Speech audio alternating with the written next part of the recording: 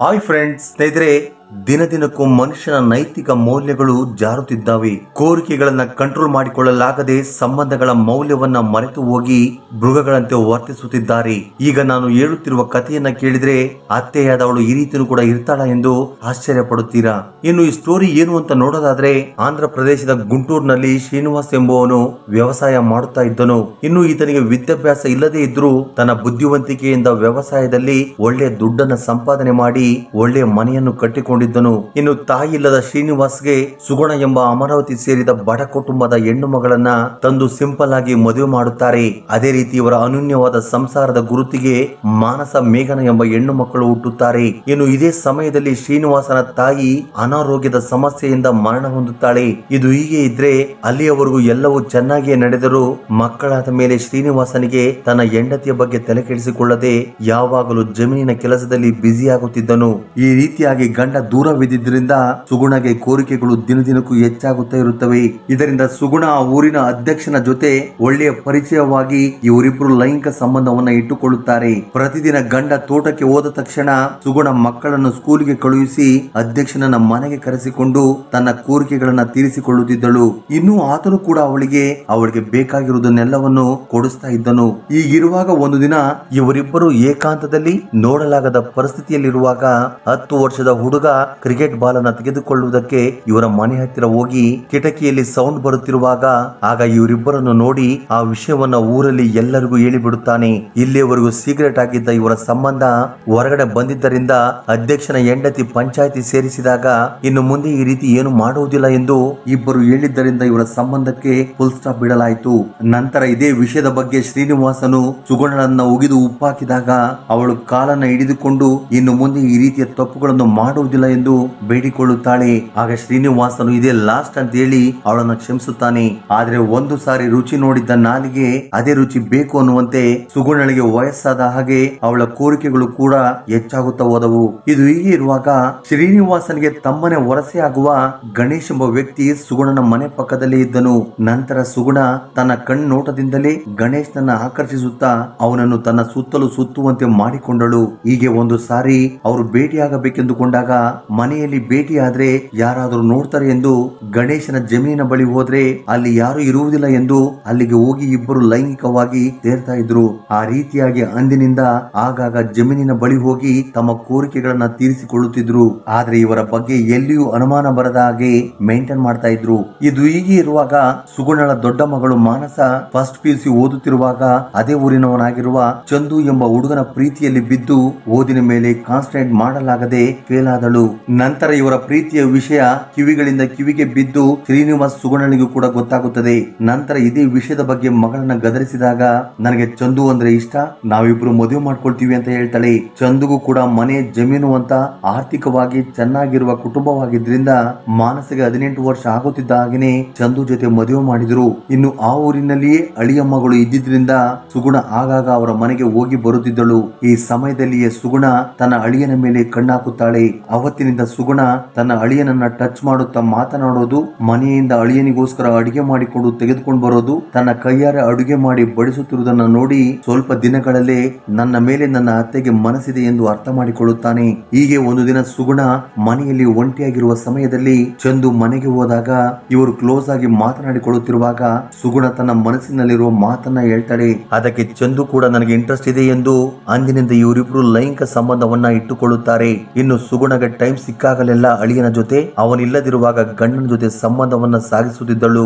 ಆ ರೀತಿಯಾಗಿ 3 ವರ್ಷಗಳ ಕಾಲ ಇವರಿಬ್ಬರ ಮಧ್ಯೆ ಇರುವ ಸಂಬಂಧವನ್ನ ರಹಸ್ಯವಾಗಿ ಮುಂದುವರಿಸುತ್ತಾರೆ. ಇನ್ನು ಇದು ಹೀಗಿರುವಾಗ ಅದೇ ಊರಿನಲ್ಲಿರುವ ತಮ್ಮ ಸಂಬಂಧಿಕರ ಹುಡುಗನಾಗಿರುವ ರಾಘವ ಬಿಟೆಕ್ ಪೂರ್ತಿ ಮಾಡಿ ಜಾಬ್ ಸರ್ಚಿಂಗ್ ನಲ್ಲಿ ಇದ್ದಿದ್ರಿಂದ ಆತನಿಗೆ ಶ್ರೀನಿವಾಸನ 2ನೇ ಮಗಳು ಮೇಘನಳನ್ನ ಕೊಟ್ಟು ಮದುವೆ ಮಾಡ್ತಾರೆ. ಈ ರೀತಿಯಾಗಿ ಶ್ರೀನಿವಾಸ್ ತನ್ನ ಇಬ್ಬರು ಮಕ್ಕಳಿಗೆ ಮದುವೆ ಮಾಡಿ ತನ್ನ ಜವಾಬ್ದಾರಿಗಳು ಮುಗಿದವು ಎಂದುಕೊಳ್ಳುತ್ತಾನೆ.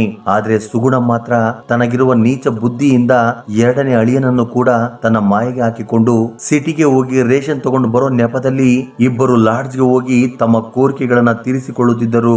ಆನಂತರ ಅವರ ಕೆಲಸ ಮುಗಿದ ಮೇಲೆ ಅವರಿಗೆ ಬೇಕಾದ ವಸ್ತುಗಳನ್ನು ಕೊಂಡುಕೊಂಡು ಬೈಕ್ ಮೇಲೆ ಮನೆಗೆ ಬರ್ತಾ ಇದ್ರು.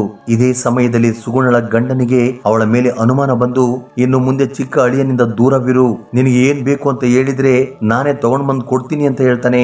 ಸುಗುಣ ಮಾತ್ರ ಅವನ ಮಾತಿಗೆ ತಲೆ ಕೆಡಿಸಿಕೊಳ್ತಾ ಇರಲಿಲ್ಲ. ಇನ್ನು ಇದು ಈಗಿರುವಾಗ ಕೆಲವು ತಿಂಗಳು ಕಳೆದ ನಂತರ ಸುಗುಣ ಪ್ರೆಗ್ನೆಂಟ್ ಆಗಿದ್ದಾಳೆಂದು ತಿಳಿದಿದ್ದರಿಂದ ಏನು ಮಾಡ್ಬೇಕು ಅಂತ ಗೊತ್ತಾಗದೆ ಗಂಡ ತೋಟಕ್ಕೆ ಹೋದ ತಕ್ಷಣ ತನ್ನ ಚಿಕ್ಕ ಅಳಿಯನ ಜೊತೆ ಸಿಟಿಗೆ ಹೋಗಿ ತನ್ನ ಹೊಟ್ಟೆಯಲ್ಲಿರುವ ಪಿಂಡವನ್ನ ಕರಗಿಸುತ್ತಾಳೆ. ಇನ್ನು ಆಸ್ಪತ್ರೆಗೆ ಹೋಗಿದ್ದ ಸುಗುಣ ಅಳಿಯನ ಗಾಡಿಯಲ್ಲಿ ಮನೆಗೆ ಬರುತ್ತಿರುವುದನ್ನು ನೋಡಿದ ಶ್ರೀನಿವಾಸ್ ತನ್ನ ಹೆಂಡತಿಯನ್ನು ಎಲ್ಲರ ಮುಂದೆ ರಕ್ತ ಬರುವಂತೆ ಒಡೆದು ಬೈದಿದ್ದರಿಂದ ಅವತ್ತಿನಿಂದ ಸುಗುಣ ತನ್ನ ಚಿಕ್ಕ ಅಳಿಯನನ್ನ ಭೇಟಿಯಾಗುವುದನ್ನ ಕಡಿಮೆ ಮಾಡಿ ತನ್ನ ಗಂಡನಿಗೆ ಗೊತ್ತಾಗದ ಹಾಗೆ ಸಂಬಂಧವನ್ನ ಮುಂದುವರಿಸುತ್ತಿದ್ದಳು. ಆದ್ರೆ ಅತ್ತೆಯ ರುಚಿ ನೋಡಿದ್ದ ಚಿಕ್ಕ ಅಳಿಯ ಸುಗುಣನನ್ನು ಮರೆಯಲಾಗದೆ ಹೆಂಡತಿಯನ್ನು ತವರು ಮನೆಗೆ ಕರೆದುಕೊಂಡು ಹೋಗುವ ನೆಪದಲ್ಲಿ ಆಗಾಗ ಬರುತ್ತಿದ್ದನು. ಇನ್ನು ಇದೇ ಸಮಯದಲ್ಲಿ ಸುಗುಣಳನ್ನ ಮೊದಲನೇ ಅಳಿಯ ನೋಡುವ ನೋಟ ಮತ್ತು ಅವನ ಕಣ್ಸನ್ನೆಯನ್ನು ಗಮನಿಸಿದ ಮಗಳು ಮಾನಸ ಅವರಿಬ್ಬರ ಮೇಲೆ ಡೌಟ್ ಬಂದು ಇದೇ ವಿಷಯವನ್ನು ತನ್ನ ತಂದೆಗೆ ಹೇಳಿದಾಗ ತನ್ನ ಹೆಂಡತಿ ಮೊದಲನೇ ಅಳಿಯನ ಜೊತೆನೂ ಕೂಡ ಆತ್ಮೀಯವಾಗಿರುವುದನ್ನ ಕಂಡು ಶಾಕ್ ಆಗುತ್ತಾನೆ. ಇನ್ನು ಇದೇ ಸಮಯದಲ್ಲಿ ತನ್ನ ಭಾವನ ವರಸೆಯ ಗಣೇಶ್ ಜೊತೆ ಸುಗುಣ ಗಂಡನಿಗೆ ರೆಡ್ ಹ್ಯಾಂಡ್ ಆಗಿ ಸಿಗುತ್ತಾಳೆ. ಆಗ ಶ್ರೀನಿವಾಸ ನೋವನ್ನ ತಡೆದುಕೊಳ್ಳಲಾಗದೆ ಊರಲ್ಲಿ ಪಂಚಾಯಿತಿ ಮಾಡಿಸಿ ಈಕೆ ತನ್ನ ಇಬ್ಬರು ಅಳಿಯಂದಿರ ಜೊತೆ ಹಾಗೂ ತಮ್ಮನ ವರಸೆಯಲ್ಲಿರುವ ಗಣೇಶ್ ಜೊತೆ ಸಂಬಂಧ ಇಟ್ಟುಕೊಂಡಿದ್ದರಿಂದ ಒಂದು ಹೆಣ್ಣಿನಿಂದ 4 ಸಂಸಾರಗಳು ನಾಶವಾಗುತ್ತಿದ್ದಾವೆ, ಜೊತೆಗೆ ಮಕ್ಕಳ ಜೀವನವನ್ನು ಕೂಡ ಬೀದಿಗೆ ತರುತ್ತಿದ್ದಾಳೆ. ಇಂತಹ ಹೆಂಗಸಿನ ಸಹವಾಸ ನನಗೆ ಬೇಡ, ಅವಳನ್ನ ಬಿಡ್ತಾ ಇದೀನಿ ಅಂತ ಹೇಳ್ತಾನೆ. ಆಗ ಅವರಿಬ್ಬರ ಅಳಿಯಂದಿರು ತನ್ನ ಅತ್ತೆಗೆ ಸಪೋರ್ಟ್ ಮಾಡ್ತಾ, ಅತ್ತೆ ಅಂದ್ರೆ ತಾಯಿ ಸಮಾನ, ಆಕೆಗೂ ನಮಗೂ ಯಾವುದೇ ರೀತಿ ಸಂಬಂಧವಿಲ್ಲ, ಬಾಯಿಗೆ ಬಂದಂತೆ ಮಾತಾಡಿದ್ರೆ ಚೆನ್ನಾಗಿರಲ್ಲ ಅಂತ ದೊಡ್ಡದಾಗಿ ಜಗಳ ಮಾಡ್ತಾ ಶ್ರೀನಿವಾಸ್ ನನ್ನ ಒಡೆಯೋದಿಕ್ಕೆ ಹೋಗ್ತಾರೆ. ಮತ್ತೊಂದು ಕಡೆ ಗಣೇಶ್ ಕೂಡ ಕೋಪದಿಂದ ಶ್ರೀನಿವಾಸ್ ನನ್ನ ಒಡೆಯುತ್ತಾ ಸುಗುಣಳನ್ನ ಯಾವತ್ತೂ ಕೂಡ ಆ ದೃಷ್ಟಿಯಲ್ಲಿ ನಾನು ನೋಡಿಲ್ಲ, ಆ ದಿನ ಅವಳಿಗೆ ಕುತ್ತಿಗೆ ಹಿಡ್ಕೊಂಡಿತ್ತು ಅಂತ ಸ್ವಲ್ಪ ಹೆಲ್ಪ್ ಮಾಡಿದೆ ಅಷ್ಟೇ, ಅದನ್ನ ನೋಡಿ ಆರೋಪ ಮಾಡ್ತಿದ್ದಾನೆ ಅಂತೇಳಿ ಎಲ್ಲರೂ ಶ್ರೀನಿವಾಸನ ಮೇಲೆ ತಿರುಗಿ ಬೀಳ್ತಾರೆ. ಸರಿಯಾದ ಸಾಕ್ಷಿಗಳು ಇಲ್ಲದೇ ಇದ್ದಿದ್ರಿಂದ ಪಂಚಾಯತಿಯಲ್ಲಿ ಸುಗುಣಳನ್ನ ನಿರ್ದೋಷಿ ಎಂದು ಹೇಳಿ ಶ್ರೀನಿವಾಸ್ ನನ್ನ ಮನೆಗೆ ಕರೆದುಕೊಂಡು ಹೋಗುವಂತ ಹೇಳ್ತಾರೆ. ಆದರೆ ಶ್ರೀನಿವಾಸನು ಎಲ್ಲರೂ ಸೇರಿಕೊಂಡು ಮಾಡಿದ ಪಿತೂರಿಯನ್ನ ತಡೆದುಕೊಳ್ಳಲಾಗದೆ ಪ್ರತಿದಿನ ಡ್ರಿಂಕ್ಸ್ ಮಾಡಿ ಅಳಿಯಂದಿರ ಮನೆಯ ಮುಂದೆ ಗಣೇಶನ ಮನೆಯ ಮುಂದೆ ಹೋಗಿ ಬಾಯಿಗೆ ಬಂದ ಹಾಗೆ ಬೈಯುತ್ತಾ ಅವರನ್ನ ಅವಮಾನಿಸುತ್ತಿದ್ದನು. ಇದರಿಂದ ಅವರ ಹೆಂಡತಿಯರ ಜೊತೆ ಮನಸ್ತಾಪಗಳು ಬರುವುದಕ್ಕೆ ಶುರುವಾಗುತ್ತವೆ.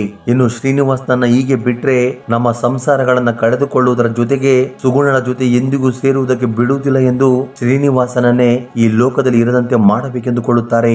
ಅದೇ ಸಮಯದಲ್ಲಿ ಗಣೇಶನ ಹೆಂಡತಿ ಶ್ರೀನಿವಾಸನ ಹೆಂಡತಿ ಸುಗುಣಳ ಜೊತೆ ಸಂಬಂಧ ಇಟ್ಟುಕೊಂಡಿದ್ದೀಯಾ ಎಂದು ಮನಸ್ತಾಪದಿಂದ ಈ ಲೋಕವನ್ನೇ ಬಿಟ್ಟು ಹೋಗುತ್ತಾಳೆ. ಈ ರೀತಿಯಾಗಿ ತನ್ನ ಹೆಂಡತಿ ನನ್ನಿಂದ ದೂರವಾಗುವುದಕ್ಕೆ ಶ್ರೀನಿವಾಸನೇ ಕಾರಣ ಎಂದು ಸೇಡನ್ನ ಇಟ್ಟುಕೊಂಡ ಗಣೇಶ್ ಹೇಗಾದ್ರೂ ಮಾಡಿ ಪ್ರತೀಕಾರವನ್ನ ತೀರಿಸಿಕೊಳ್ಳಬೇಕೆಂದುಕೊಳ್ಳುತ್ತಾನೆ. ಆಗ ಮೂವರು ಸೇರಿ ಒಂದು ಪ್ಲಾನ್ ಮಾಡುತ್ತಾರೆ. ಮೂವರು ಸೇರಿ ಊರಿಂದ ಆಚೆ ಪಾರ್ಟಿ ಮಾಡೋಣ, ಇವತ್ತಿನಿಂದ ನಮ್ಮ ಜಗಳಕ್ಕೆ ಫುಲ್ ಸ್ಟಾಪ್ ಇಡೋಣ ಅಂತ ಶ್ರೀನಿವಾಸ್ ನನ್ನ ಕರೆದಾಗ ಅವರನ್ನು ನಂಬಿದ ಶ್ರೀನಿವಾಸ್ ಅಲ್ಲಿಗೆ ಹೋಗ್ತಾನೆ. ನಂತರ 4 ಜನ ಕುಳಿತುಕೊಂಡು ಡ್ರಿಂಕ್ಸ್ ಮಾಡೋದಕ್ಕೆ ಶುರು ಮಾಡ್ತಾರೆ. ಯಾವಾಗ ಶ್ರೀನಿವಾಸನ್ಗೆ ಡ್ರಿಂಕ್ಸ್ ಜಾಸ್ತಿ ಆಯ್ತೋ ಆಗ ಮೂವರು ಸೇರಿಕೊಂಡು ಶ್ರೀನಿವಾಸ್ ನನ್ನ ಕೊಂದು ಹಾಕಿ ಆ ಸನ್ನಿವೇಶವನ್ನ ತನ್ನ ಹೆಂಡತಿ ಮಾಡಿದ ಕೆಲಸದಿಂದ ಮನನೊಂದು ಆತ್ಮಹತ್ಯೆ ಮಾಡಿಕೊಂಡಿದ್ದಾನೆಂದು ಕ್ರಿಯೇಟ್ ಮಾಡುತ್ತಾರೆ. ನಂತರ ಕೆಲಸ ಮುಗಿದ್ಮೇಲೆ ಎಲ್ಲರೂ ಕೂಡ ಅವರವರ ಮನೆಗೆ ಹೋಗುತ್ತಾರೆ.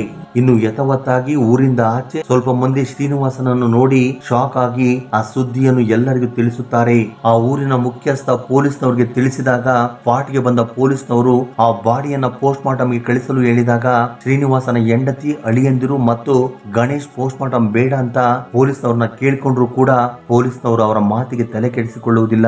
ಇನ್ನು ಈ ವಿಷಯದ ಬಗ್ಗೆ ಊರಲ್ಲಿ ಎನ್ಕ್ವೈರಿ ಮಾಡಿದಾಗ ಹೆಂಡತಿ ಜೊತೆ ಆತನಿಗೆ ತುಂಬಾ ದಿನದಿಂದ ಜಗಳ ಇತ್ತು, ಇದರಿಂದಲೇ ಮನಸ್ತಾಪದಿಂದ ಆತ್ಮಹತ್ಯೆ ಮಾಡಿಕೊಂಡಿದ್ದಾನೆಂದು ಎಲ್ಲರೂ ಹೇಳ್ತಾರೆ. ಆಗ ಪೋಸ್ಟ್ ಮಾರ್ಟಮ್ ರಿಪೋರ್ಟ್ ಬರೋದಕ್ಕೆ 3 ದಿನ ಆಗುತ್ತೆ ಎಂದು ಬಾಡಿಯನ್ನ ಕುಟುಂಬ ಸದಸ್ಯರಿಗೆ ಕೊಡುತ್ತಾರೆ. ನಂತರ ಶ್ರೀನಿವಾಸನ ಅಂತ್ಯಕ್ರಿಯೆ ಕೂಡ ಮುಗಿದು ಹೋಗುತ್ತದೆ. ಇನ್ನು ಯಾವಾಗ ಪೋಸ್ಟ್ ಮಾರ್ಟಮ್ ರಿಪೋರ್ಟ್ ಬಂತೋ ದೇಹದ ಮೇಲೆ ಗಾಯಗಳ ಜೊತೆ ಕುತ್ತಿಗೆ ಮೇಲೆ ಚರ್ಮದ ಸ್ಯಾಂಪಲ್ ಸಿಕ್ಕು ಯಾರೋ ಈತನನ್ನ ಕೊಂದು ಹಾಕಿದ್ದಾರೆಂದು ರಿಪೋರ್ಟ್ ನಲ್ಲಿ ಬಂದಿದ್ರಿಂದ ಮೊದಲಿಗೆ ಅನುಮಾನಾಸ್ಪದವಾಗಿದ್ದ ಚಂದು, ಗಣೇಶ್, ರಾಘವನನ್ನ ಕಸ್ಟಡಿಗೆ ತಗೊಂಡು ಅವರಿಗೆ DNA ಟೆಸ್ಟ್ ಮಾಡಿದಾಗ ಅದರಲ್ಲಿ ಗಣೇಶ್ನ ಸ್ಯಾಂಪಲ್ ಸೆಟ್ ಆಗಿದ್ದರಿಂದ ಆಗಿದ್ದರಿಂದ ಪೊಲೀಸ್ನವರು ಅವನನ್ನ ತಮ್ಮ ಸ್ಟೈಲ್ ನಲ್ಲಿ ವಿಚಾರಣೆ ಮಾಡಿದಾಗ ನಿಜವನ್ನ ಒಪ್ಪಿಕೊಂಡು ಮೂವರು ಸೇರಿ ಈ ಕೆಲಸವನ್ನ ಮಾಡಿದ್ದೇವೆ, ಅದಕ್ಕೆ ಸುಗುಣಳು ಕೂಡ ಸಪೋರ್ಟ್ ಮಾಡಿದ್ದಾಳೆಂದು ತನ್ನ ತಪ್ಪನ್ನು ಒಪ್ಪಿಕೊಳ್ಳುತ್ತಾನೆ. ಪೊಲೀಸ್ನವರು 4 ಜನರನ್ನು ತಮ್ಮ ಕಸ್ಟಡಿಗೆ ತಗೊಂಡು ಅವರನ್ನ ಜೈಲಿಗೆ ಕಳುಹಿಸಿದರು. ಸ್ನೇಹಿತರೆ, ಅಸಲಿಗೆ ಈ ಇನ್ಸಿಡೆಂಟ್ ನಲ್ಲಿ ತಪ್ಪು ಯಾರದು ಎಂದು ಅಂದುಕೊಳ್ಳುತ್ತಿದ್ದೀರಾ? ತಪ್ಪದೆ ಕಮೆಂಟ್ ಬಾಕ್ಸ್ ಅಲ್ಲಿ ಕಮೆಂಟ್ ಮಾಡಿ. ಹಾಗೆ ಈ ವಿಡಿಯೋ ನಿಮ್ಗೆ ಇಷ್ಟವಾಗಿದ್ದರೆ ದಯವಿಟ್ಟು ಲೈಕ್ ಮಾಡುವುದನ್ನ ಮರೆಯಬೇಡಿ.